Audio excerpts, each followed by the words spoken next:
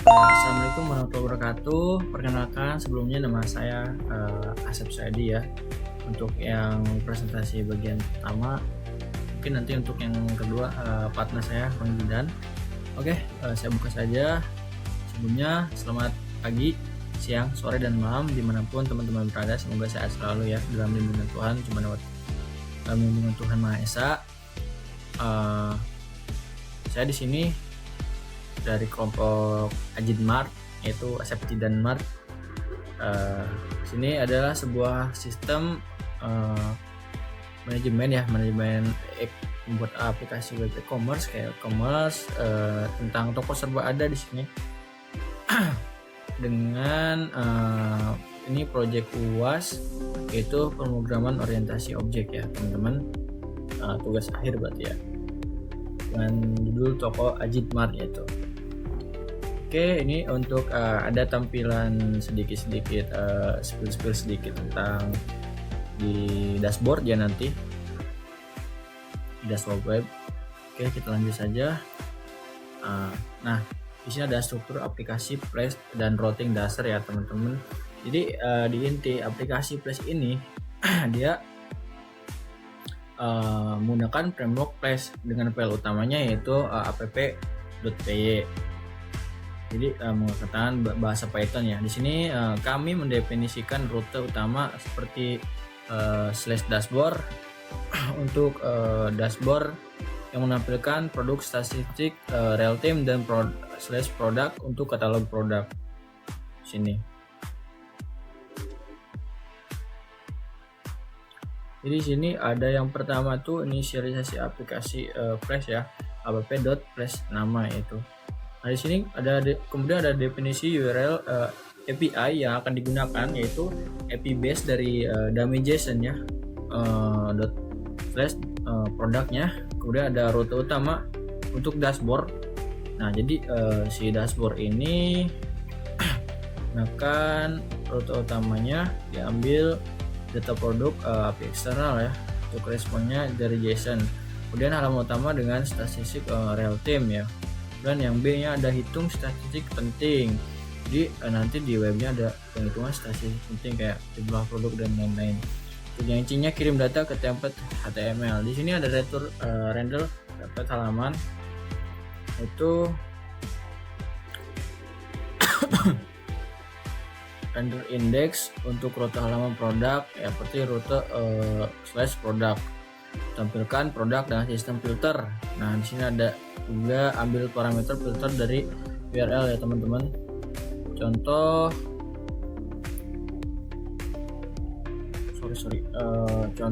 produk datanya kategori dan elektronik dan search sama dengan laptop. Nah jadi si kategorinya nanti ini menemukan si search request. Nah, kemudian ambil semua produk dari API ya. Untuk respon request get API base all product sama dengan respon dan nanti JSON ngerespon. Nah si C ini filter untuk berdasarkan parameter filter produk. Misalkan apa nih, mau produknya misalkan fashion, terus misalkan bahan makanan dan lain-lain. Misalkan di sini ada tampilkan hasil return render template dari produk current source search underscore query search. Nah jadi kayak gini misalkan ini. Nah ini daftar tampilan awal ya untuk dashboard. Jadi sini seperti yang tadi dibilang ada statistik untuk total produk, total stok, kategori, dan nilai inventory-nya sampai 6 jutaan lebih. 6 miliar lebih kayak begitu. 6 miliar. Untuk yang lain-lain di sini ada terbaca untuk aksi cepat, keluar kategori data pelanggan. Tentang sistemnya juga ada. Nah, aktivitas terbarunya sini ada terhubung ke API. Data produk diambil dari dummy JSON API ya. Data produknya 50 produk, data source dari dummy JSON, kemudian backend frameworknya itu dari Python ya. Kemudian front endnya dari Bootstrap dan CSS 3. Bootstrap udah versi 5 sini teman-teman. Oke, kita lanjut. Nah di sini ada juga bagaimana sih sistem bekerja. Nah, sistem bekerja ada 4 tahap ya teman-teman ya. Yang pertama ada flash route. Rutenya dari mapping URL ke fungsi Python. Kedua, komunikasi dari API dengan dummy JSON. Ketiga, ada pemrosesan data dan hitung dan juga filter. Di sini nanti ada statistik dashboard yang tadi saya tunjukkan. Kemudian ada filter by kategori dan keyword. Untuk yang terakhir yang keempat ada template rendering, dan si render template ini mengirim data ke file HTML. Nah, HTML akan diisi data dinamis. Oke. Nah, di sini teman-teman ada sistem filter dan pencarian produk ya teman-teman. Kami membuat fungsi filter underscore produk yang menangani 3 hal, yaitu filter kategori, kemudian filter kata kunci, dan filter konversi harga ya. Dari konversi harga otomatis dari USD ke rupiah dengan kurs 15.000 agar relevan bagi pengguna lokal. Nah, sini ada yang lain-lain ternyata, mulai dengan semua produk, kemudian filter berdasarkan kategori. Nah, berarti 3 hal, yaitu ini. Satu, filter berdasarkan kategori jika bukan semua kategori. Ini cocokkan kategori, hasilnya hanya produk dengan kategori yang sesuai akan muncul ya. Terus filter 2 berdasarkan pencarian. Jika ada kata kunci pencarian, berarti di sini ada set query lower in title lower, kemudian set query lower in description lower.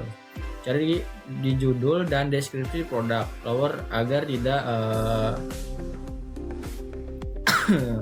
dot lower ini dalam kurung agar tidak case sensitif ya. Kemudian ada menurut konversi harga dari USD ke IDR ya, berarti course dengan 15.000 ke misalnya $10, jadi 150.000 gitu. Return filter, kembalikan produk yang sudah difilterkan. Nah, rute detail produk dari app rute produk in product di produk detail, misalkan menampilkan detail lengkap satu produk ya. Integernya produk ID, parameter dinamis dari URL produk ID 1. Akan ambil data produk spesifik dari API, respon request that API base produk ID misalkan. Untuk respon dari JSON data satu produk saja. Nah, kayak gini. Ini berarti 1 2 3 yang tadi di sini. Ambil produk terkait atau rekomendasi misalkan. Nah, kemudian ada juga tampilan halaman detail. Tampilkan halaman detail bisa ada di ini di webnya. Kayak filtering tadi nih. Oke, tunggu dulu, jangan. Nah, di sini ada semua produk. Misalkan nanti ke produk elektronik doang atau apa gitu, nanti dia bakal terfilter teman-teman. Ini enggak satu produk aja. Terfilter beberapa produk. Misalkan di elektronik aja.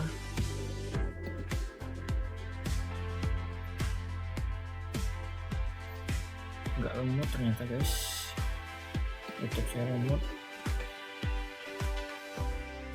Nah, di sini ada elektronik ya yang berbentuk laptop gini, Apple MacBook dengan harga sekian. Nah, di sini juga ada lihat detail produknya teman-teman.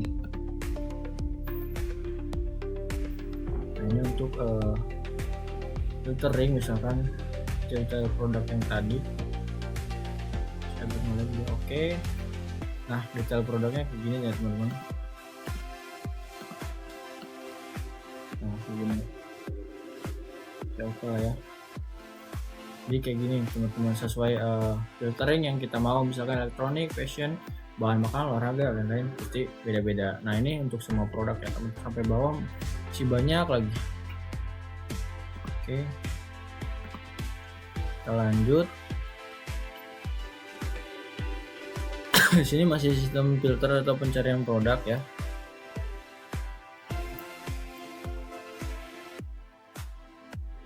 Nah, sebagai ilustrasi, jika ada produk awal yaitu ada 100 ya, lalu difilter kategori elektronik di sini nanti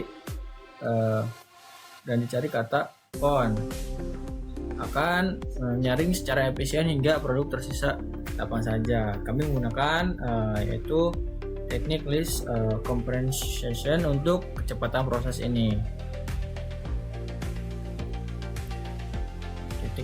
Nah ini list comprehension filter cepat dan efisien. For in product if kondisi, jadi dynamic routing product ID, ambil parameter related product, personalisasi pengalaman user ya. Untuk ada error handling juga, misalkan try atau accept diimplementasikan secara nyata. Nah di sini ada sistem template layout utama.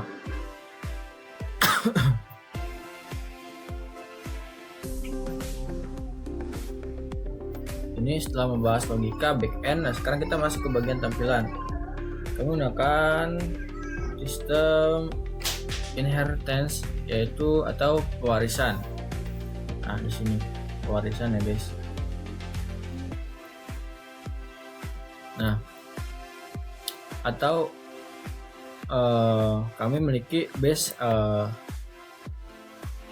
.html ya teman-teman sebagai template induk yang menampung elemen statis seperti navbar, terus footer dan library CSS atau JS ya. Untuk poin tambahannya, file seperti product.html ini bertindak sebagai child template yang hanya perlu memanggil extend base HTML. Keuntungannya itu sangat besar ya teman-teman. Kita menerapkan drive prinsip di sini, di mana navbar atau footer cukup ditulis satu kali saja, sehingga maintenance menjadi jauh lebih baik, sehingga mudah dan tampilan tetap konsisten di semua halaman gitu. Jadi mungkin slide selanjutnya akan dijelaskan oleh partner saya yaitu Didan Mulia Perdana ya. Assalamualaikum warahmatullahi wabarakatuh. Saya di sini akan melanjutkan presentasi dari Mas Asep untuk menjelaskan terkait proyek dari yang kita buat kali ini ya teman-teman. Baik, langsung saja. Pertama dari konten utama dan header ya teman-teman.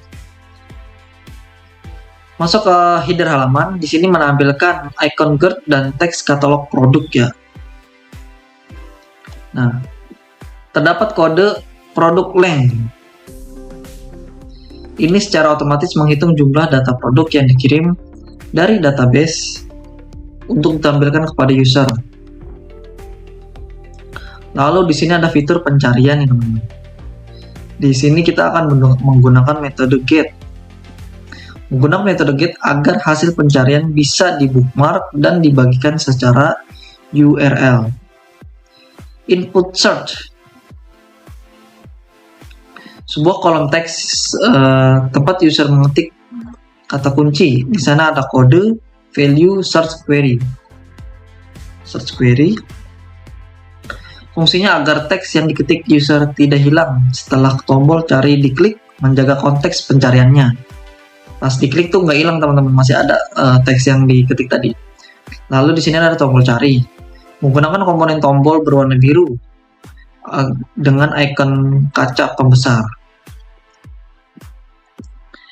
Ringkasannya, di halaman ini dirancang agar responsif dan user friendly. Kita menggunakan sistem template inheritance. Agar kode lebih rapi secara visual, kita menambahkan efek hover di CSS-nya teman-teman ya. Kita di sini menambahkan efek hover pada kartu produk untuk memberikan pengalaman interaktif. Fitur utamanya adalah pencarian dinamis di mana sistem dapat memfilter produk berdasarkan input pengguna dan menampilkan jumlah total produk yang tersedia secara real time. Lalu bagian ini kami mengimplementasikan sistem filter kategori yang cerdas. Tidak hanya sekedar tombol icon, pada setiap kategori akan berubah secara dinamis sesuai dengan jenis barangnya. Kemudian pada bagian ketiga kita masuk ke grid produk. Di sini setiap produk ditampilkan dalam kartu yang responsif. Kami juga menambahkan fitur sistem rating bintang,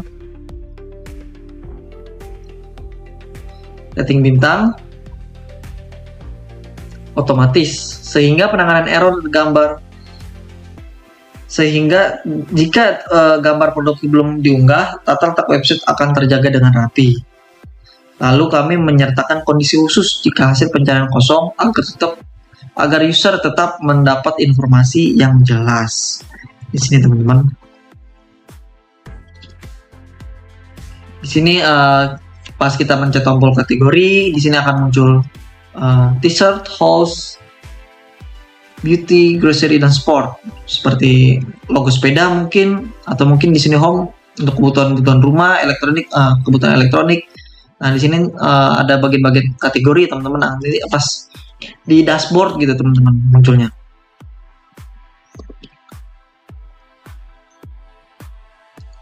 Oke, lalu di sini fitur halaman produk ya teman-teman, yaitu responsive card. Jadi halaman ini sangat fleksibel teman-temannya, bisa menyesuaikan dengan ukuran layar, entah di desktop, tablet, ataupun mobile seperti HP. Menggunakan dynamic content, yaitu dari Jinja Template Engine, untuk mengelola produk, insert data, dan conditional rendering. Image fallback untuk menghindari, nah ini image fallback teman-teman, untuk menghindari jika tampilan rusak akibat link gambar yang mati, kita menambahkan atribut one error.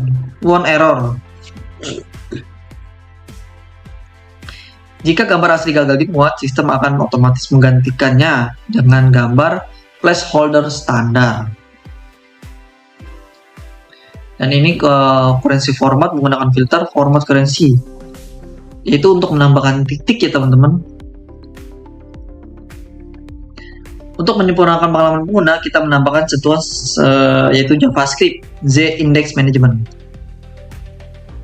Saat pengguna mengarahkan cursor hover ke sebuah kartu, Z-Index kartu tersebut akan naik menjadi 10. Tujuannya agar kartu yang sedang dilihat muncul di atas elemen lain secara visual, memberikan fokus penuh kepada pengguna saat memilih barang. Lalu yang terakhir di sini adalah sistem rating bintang nih teman-teman untuk produk ya. Ini adalah bagian menarik. Kita menggunakan perulangan loop sebanyak 5 kali. Di setiap perulangan, sistem mengecek rating produk. Jika angka rating memenuhi, maka bintang akan penuh dan berwarna gitu. Jika tidak, maka bintang akan tampil kosong atau setengah gitu teman-teman. Implementasi front end ini tidak hanya fokus kepada estetika, tapi juga pada fungsional dan ketahanan kode. Dengan fitur seperti currency format untuk harga yang rapi dan conditional rendering untuk hasil pencarian yang kosong, kita memastikan aplikasi ini memberikan informasi gitu ya, informasi yang jelas profesional kepada pelanggan. Pada bagian ini kita akan membahas sisi backend-nya teman-teman, atau logika aplikasi yang memastikan data menampilkan format yang benar dan sistem tetap stabil meskipun terjadi gangguan koneksi. Bermula dari format mata uang ya teman-teman. Tujuannya secara default angka yang dari database seperti 1.500.000 seringkali hanya berupa angka polos tanpa titik pemisah. Jadi di sini kita menambahkan titik pemisah ribuan, yaitu menggunakan logika replace titik, koma, dan titik agar formatnya sesuai dengan standar Indonesia yang menggunakan titik sebagai pemisah ribuan. Keamanannya, jika menggunakan block try except, jika terjadi kesalahan data, sistem tidak akan crash, melainkan mengembalikan nilai asli sebagai string, yaitu $. Lalu di sini penanganan error API, error handling. Kedua, ada fungsi get product save untuk mengambil data produk secara API secara aman. Timeout 5 detik. Kita membatasi waktu tunggu pengambilan data selama 5 detik agar aplikasi tidak hilang jika server API sedang lambat. Nah, itu validasi status produk ya teman-teman. Mengecek apakah status kode yang dikembalikan adalah 200. Jika bukan, sistem akan memulihkan peringatan. Yaitu lalu yang sistem fallback, yaitu data cadangan ya. Jika koneksi internet terputus atau API down, fungsi ini akan menangkap error tersebut melalui except.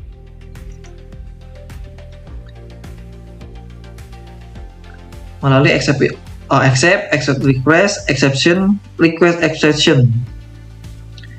Alih-alih menampilkan halaman error putih, sistem akan menjalankan fungsi get dummy product. Dengan begitu, user masih bisa melihat data contoh sebagai aplikasi tetap terlihat agar berjalan dengan baik. Jadi tuh jika mungkin atau jaringannya lemot atau API-nya sedang lambat gitu ya. Jadi tuh halaman tidak menampilkan data putih doang nih teman-teman. Jadi dia akan menampilkan data-data dummy ya gitu teman-teman. Jadi itu seringkali masalah utama dalam aplikasi adalah data yang berantakan atau aplikasi yang mati saat internet terputus. Di slide ini saya menunjukkan solusinya. Kita membuat filter khusus agar harga otomatis memiliki format rupiah yang rapi dengan titik pemisah.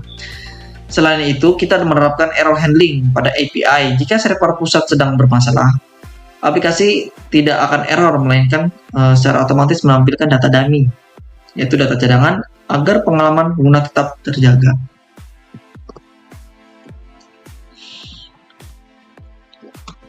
Lalu yang selanjutnya adalah apa sih yang terjadi jika internet mati atau server API yang benar-benar tumbang? Nah, yang seperti tadi yang dijelaskan ya teman-teman, data dummy sebagai fallback untuk memanggil data dummy jika API gagal. Lalu di sini ada global error 404 dan 500. Error 404, jika user mengakses link yang salah, mereka tidak akan melihat halaman standar browser yang membosankan, melainkan dialihkan ke halaman khusus 404.html yang sudah kita desain. Lalu untuk error 500, jika terjadi kesalahan internal pada server, kita menangkapnya dan menampilkan data 500.html. Ini menjaga reputasi aplikasi agar tetap terlihat terurus bahkan saat terjadi kendala teknis. Dengan kombinasi antara custom filter untuk menampilkan kerapian data, fallback system untuk ketahanan saat offline, dan global error handler untuk menavigasikan sistem yang mulus, agar aplikasi Agitmart ini dirancang untuk menjadi tangguh gitu loh aplikasinya, dan selalu siap melayani pengguna dalam kondisi apapun. Nah, di sini error handling yang tadi yang dibahas ya teman-teman. Jika API berhasil akan menampilkan data real time dari dummy Johnson dan ditampilkan ke user. Lalu di skenario kedua, jika API gagal atau timeout, dia akan menampilkan data exception dan debugging. Dan lalu jika error, dia akan menampilkan data dummy nih, agar user tetap bisa menggunakan aplikasi.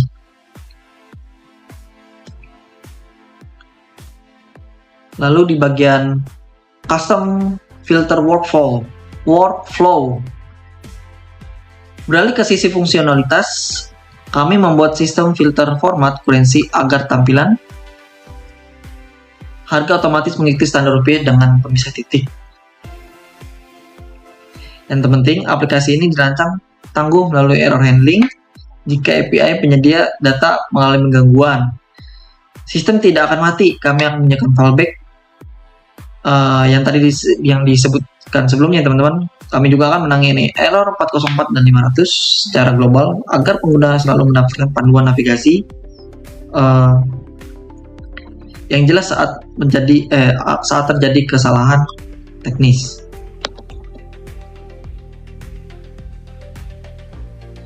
Lalu di sini file recruitment ya teman-teman.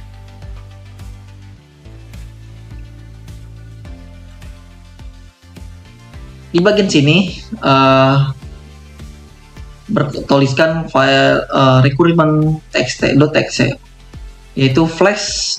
Di sini kita menggunakan mesin utamanya teman-teman, web framework utama. Lalu di sini request untuk alat supaya agar aplikasi bisa ngobrol secara atau mengambil data dari internet atau API lainnya. Lalu Python .dev untuk environment variable optional, secara opsional. Jadi itu alat untuk menyimpan data rahasia nih aplikasi seperti password database supaya tetap aman. Lalu di sini struktur folder kami teman-teman, yaitu dari folder Flex Azitmart API. Yaitu di sini ada template yang berisikan 404 HTML, 500 about, base, kategori, detail, index, produk, dan user. Lalu di sini ada file utama ya teman-teman, app.py. Dan ini readme untuk apa sih tentang aplikasi kami gitu kalau teman-teman.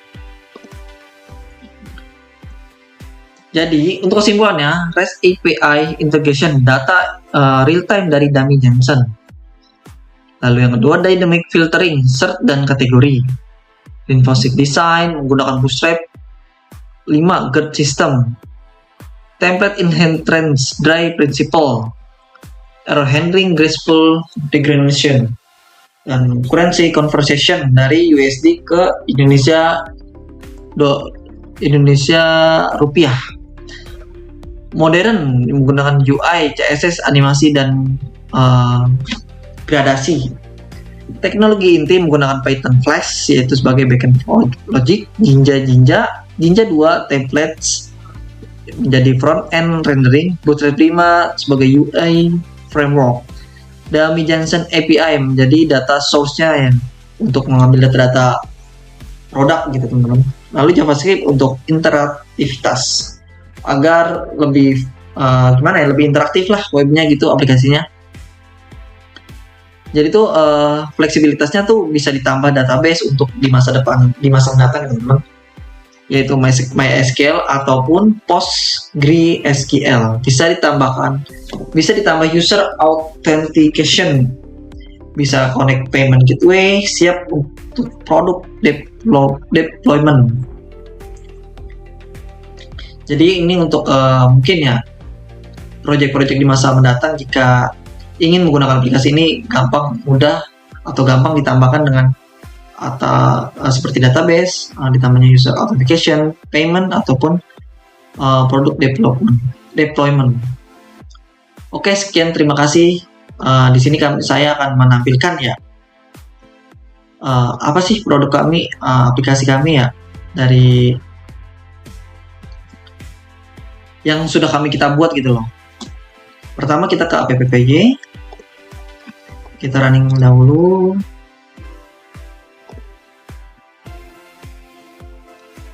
Nah, ini ketemu.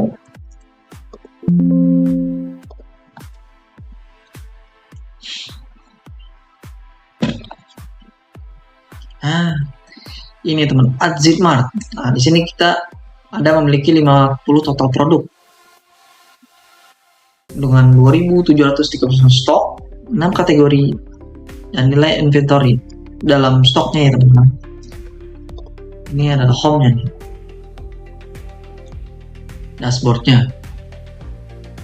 Maaf agak lama. Nah, untuk produk, di sini kami akan menampilkan semua produk ya teman-teman. Nah, ini adalah kategori-kategorinya nih. Ada elektronik, fashion, perlengkapan rumah, kecantikan, bahan makanan.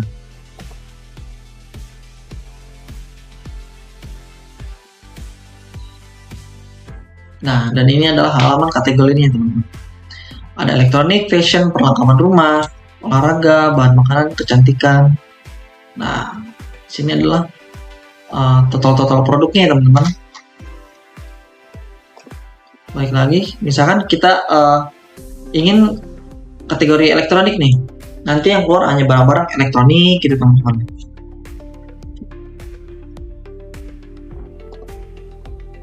Oh, tidak keluar ya. Nah, mungkin fashion gitu ya teman-teman. Fashion seperti Gigabyte Aorus Men T-shirt. Coba kita lihat detail produk. Yang elektronik mungkin belum ditambahkan ya teman-teman ya. Jadi maklum ini masih purwarupanya gitu, belum jadi fix ya. Nah, ini untuk menampilkan produk serupa nih, mungkin yang Anda sukai gitu kan. Nah, ini untuk tampilan-tampilannya dari segala sisi. Nah, ini untuk tampilkan produk serupa. Lalu di sini adalah tentang kami ya teman-teman. Mata kuliah untuk memenuhi tugas UAS pemrograman orientasi objek tahun 2026 semester ganjil. Fitur utamanya itu dashboard lengkap, statistik secara lead time, produk lengkap 100 item lebih, 6 kategori utama, search dan filter, shopping cart, responsive design, dan animasi yang modern. Yaitu tim pengembang dari saya yaitu Zidan Mulai Perdana dan Asep Suhaidi. Nah, semua ini adalah dummy JSON API integration. Lalu ini adalah link GitHub kami ya teman-teman. Baik, dan ini adalah alamat kampus kami yaitu di kampus Universitas Pelita Bangsa. Baik, sekian dari kami. Mohon maaf ya teman-teman jika saya ngomongnya agak terbata-bata atau mungkin agak keliru menjelaskannya. Mohon dimaafkan untuk bagi teman-teman. Sekian dari saya. Wassalamualaikum warahmatullahi wabarakatuh.